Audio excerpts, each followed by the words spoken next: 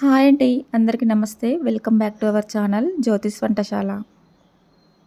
ఇవాల్టి వీడియోలో Ugadi special recipe అయిన బొబ్బట్ల వీడియో చేస్తున్నాను. ఈ బొబ్బట్లను పక్కా తెలంగాణ స్టైల్, అంటే మా సైడ్ అయితే పోలేలు అని పిలుస్తారు. మరి ఈ పోలేలను తయారు చేయడానికి ముందుగా ఈ పోలేల రెసిపీ చేయడానికి శనగపప్పును తీసుకున్నాను. ఈ శనగపప్పును ఇలా నేను చూపించే గ్లాస్ తోటి 2 గ్లాసుల శనగపప్పును తీసుకొని కుక్కర్లో వేసుకున్నాను. మనం ఎప్పుడైనా సరే భక్షాలు చేసేటప్పుడు పక్కా కొలతలతో కొలిచి చేసుకోవాలి. ఇలా గ్లాస్తోనైనా సరే లేదా కప్పుతోనైనా సరే కొలుచుకొని చేసుకోవాలి. 1 గ్లాస్ పప్పు తీసుకుంటే 1 గ్లాస్ బెల్లం లేదా షుగర్ తీసుకోవాలి. అలాగే పిండి కూడా 1 గ్లాస్ పిండిని కూడా కొలిచి తీసుకుంటే కరెక్ట్గా సరిపోతుంది. అదేవిధంగా నేను కూడా ఇక్కడ 2 గ్లాసుల శనగపప్పుకు 2 గ్లాసుల బెల్లం వేసి భక్షాలను చేస్తున్నాను. ఫస్ట్ అయితే ఇలా 2 గ్లాసుల శనగపప్పుని ఇలా కుక్కర్లో వేసుకొని 2 టైమ్స్ బాగా మంచినీళ్ళతో కడుక్కున్నాక పప్పు మునిగే వరకు కన్నా ఇలా 1 ఇంచు పైకి నీళ్లు పోసుకొని కుక్కర్ మూత పెట్టేసుకొని 2 విజిల్స్ వచ్చే వరకు ఈ పప్పుని ఉడికించుకోవాలి. చూస్తున్నారు కదండి, ఇలా కుక్కర్ మూత పెట్టేసి స్టవ్ వెలిగించుకొని ఈ కుక్కర్ని స్టవ్ పైన పెట్టేశాను. ఇలా శనగపప్పు పక్క స్టవ్ పైన ఉడుకుతూ ఉండగానే మరోవైపు ఒక మిక్సింగ్ బౌల్ తీసుకొని ఈ బౌల్లోకి 2 గ్లాసుల గోధుమ పిండిని వేసుకున్నాను. ఈ గోధుమ పిండిలోకి కొద్దిగా సాల్ట్ అలాగే ఆయిల్ కూడా వేసుకొని నీళ్ళు వేసుకుంటూ కలుపుకోవాలి. ఇలా సాల్ట్ ఆయిల్ వేసుకున్నాక ఈ పిండిని ఎలా కలుపుకోవాలంటే చాలా మెత్తగా సాఫ్ట్గా చేతికి అంటుకోకుండా కొన్ని వాటర్ యాడ్ చేస్తూ కలుపుకోవాలి. మనం చేస్తున్న పోలేలు మంచిగా సాఫ్ట్గా రావడానికి ట్రిక్ అంతా ఇక్కడే ఉంది. ఈ పిండిని మనం ఇప్పుడు ఎలా కలుపుకుంటే పోలేలు కూడా అలాగే వస్తాయి. కాబట్టి పిండిని మంచి సాఫ్ట్గా కలుపుకోవాలి. ఈ పిండిని ఒకవేళ గట్టిగా కలిపినట్లయితే గట్టిగా వస్తాయి పోలేలు.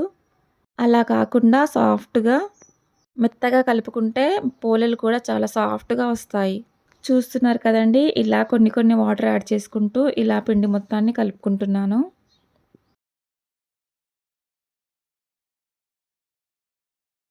పిండి మొత్తాన్ని ఇలా కలుపుకున్నాక పిండి కొంచెం గట్టిగా ఉంది కాబట్టి దీంట్లోకి కొన్ని మంచినీళ్ళు వేసుకుంటూ ఇలా కొంచెం లూజ్గా కలుపుకున్నాను.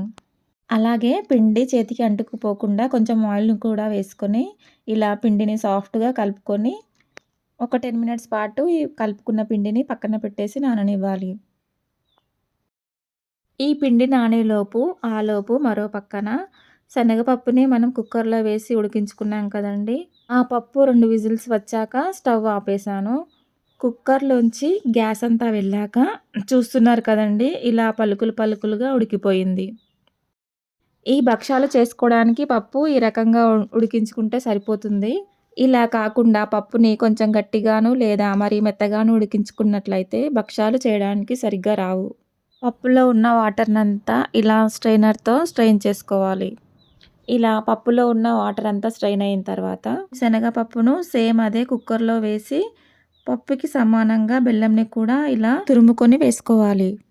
నేను ఇక్కడ 2 గ్లాస్ పప్పుని ఉడికించుకున్నాను కదండి, అందులోంచి 1/2 గ్లాస్ ఉడికిన పప్పుని సాంబార్కు తీసి పెట్టుకున్నాను.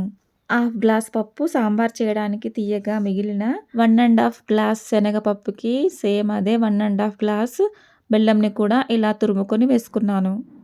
ఇలా పప్పులో బెల్లం వేశాక ఒకసారి కలుపుకొని ఒక 5 మినిట్స్ పాటు స్టవ్ని సిమ్ టు మీడియంకు అడ్జస్ట్ చేసుకుంటూ బెల్లంని ఇలా కరిగించుకోవాలి. పప్పులో బెల్లం ఇలా చూపించిన విధంగా కరిగాక స్టవ్ను ఆపేసి ఇప్పుడు ఈ పప్పుని పూర్తిగా చల్లార్చుకోవాలి.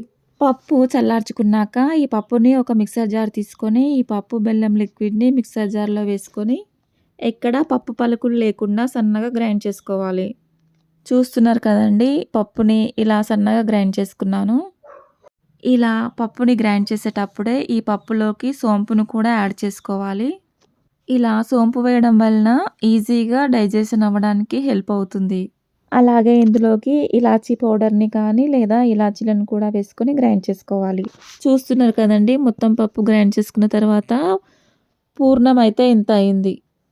ఇప్పుడు ఈ పూర్ణాన్ని పక్కన పెట్టేసి పోలేలు చేసుకోవడానికి స్టవ్ వెలిగించుకొని ఒక పెంకను పెట్టుకోవాలి.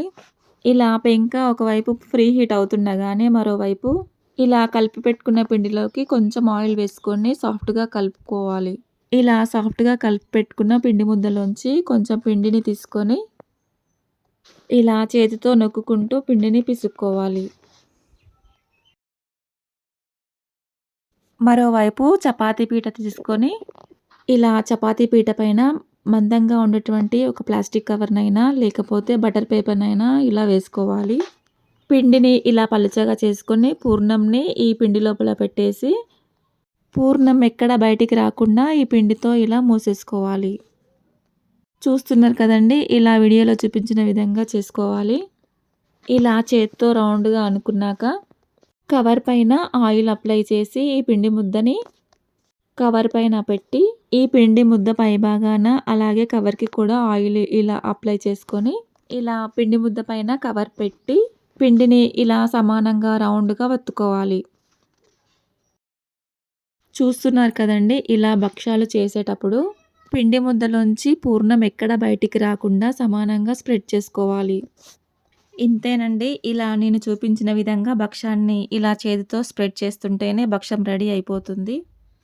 ఇలా వీలైనంత సన్నగా భక్షాన్ని స్ప్రెడ్ చేసుకున్నాక, ఇప్పుడు ఈ భక్షం పైన ఉన్న కవర్‌ని మెల్లిగా తీసేసి, మనం ముందుగా ప్రీ హీట్ చేసి పెట్టుకున్న పెంక పైన కొంచెం ఆయిల్ అప్లై చేసి, మెల్లిగా చపాతీ పీట నుంచి ఈ భక్షాన్ని లేపి పెంక పైన వేయాలి. ఇలా భక్షాన్ని పెనం పైన వేసుకున్నాక లైట్‌గా ఆయిల్ అప్లై చేసుకొని లైట్ గోల్డెన్ బ్రౌన్ కలర్ వచ్చే వరకు అటు ఇటు తిప్పుకుంటూ ఫ్రై చేసుకోవాలి. ఈ భక్షాలను ఆయిల్‌తోనైనా లేదా నెయ్యితోనైనా కాల్చుకోవచ్చు. నెయ్యితో కాల్చుకుంటే ఇంకొంచెం టేస్ట్ చాలా బావుంటుంది. ఇలా చేసి పెట్టుకున్న పోలెలు 3, 4 రోజులైనా ఫ్రెష్‌గా ఇలానే మెత్తగా ఉంటాయి. ఈ బొబ్బట్ల గురించి చెప్పాలంటే చాలా పెద్ద హిస్టరీ ఉంది. ఈ బొబ్బట్ల రెసిపీ అయితే చాలా సాంప్రదాయకమైన రెసిపీ అనే చెప్పొచ్చు. ఊర్లల్లో ఉండే వాళ్ళైతే ఈ భక్షాలను వారానికి సరిపడా ఒకేసారి చేసుకొని, ఎండలో ఎండబెట్టుకొని, గంపలో పేర్చుకొని, కావాల్సినప్పుడల్లా పాలు వేసుకొని తింటారు. ఇక ఈ కాలంలో ఫ్రిడ్జ్‌లు వచ్చాక పూర్ణం ఒకేసారి రుబ్బి పెట్టుకొని, ఫ్రిడ్జ్‌లో పెట్టుకొని ఎప్పుడు కావాలంటే అప్పుడు వేడివేడిగా చేసుకొని తింటున్నారు. ఈ భక్షాలను తినేటప్పుడు భక్షం పైనుంచి నెయ్యి వేసుకొని లేదా పాలు వేసుకొని తింటే మాత్రం రుచి అద్భుతంగా ఉంటుంది. అంతేనండి, సూపర్ టేస్టీ అయిన భక్షాలను ఇలా ఒకటొకటిగా అన్నీ చేసేసుకున్నాను. ఈ బొబ్బట్లను ఒక్కొక్కరు ఒక్కోలాగా రకరకాల పద్ధతుల్లో చేస్తూ ఉంటారు. ఇలా నేను చూపించిన విధంగా ఒకసారి ట్రై చేసి చూడండి, చాలా బాగా వస్తాయి బొబ్బట్లు. ఈ బొబ్బట్లను చేయడానికి చాలా టైం టేకింగ్ ప్రాసెస్ అని చేయడం మానేస్తారు. ఇలా ఒకసారి ట్రై చేసి చూడండి, చాలా మెత్తగా మృదువుగా వస్తాయి. ఈ బొబ్బట్ల వీడియో మీకు నచ్చినట్టయితే లైక్ చేసి, షేర్ చేసి, సబ్స్క్రైబ్ చేసుకోండి. Thank you for watching this video.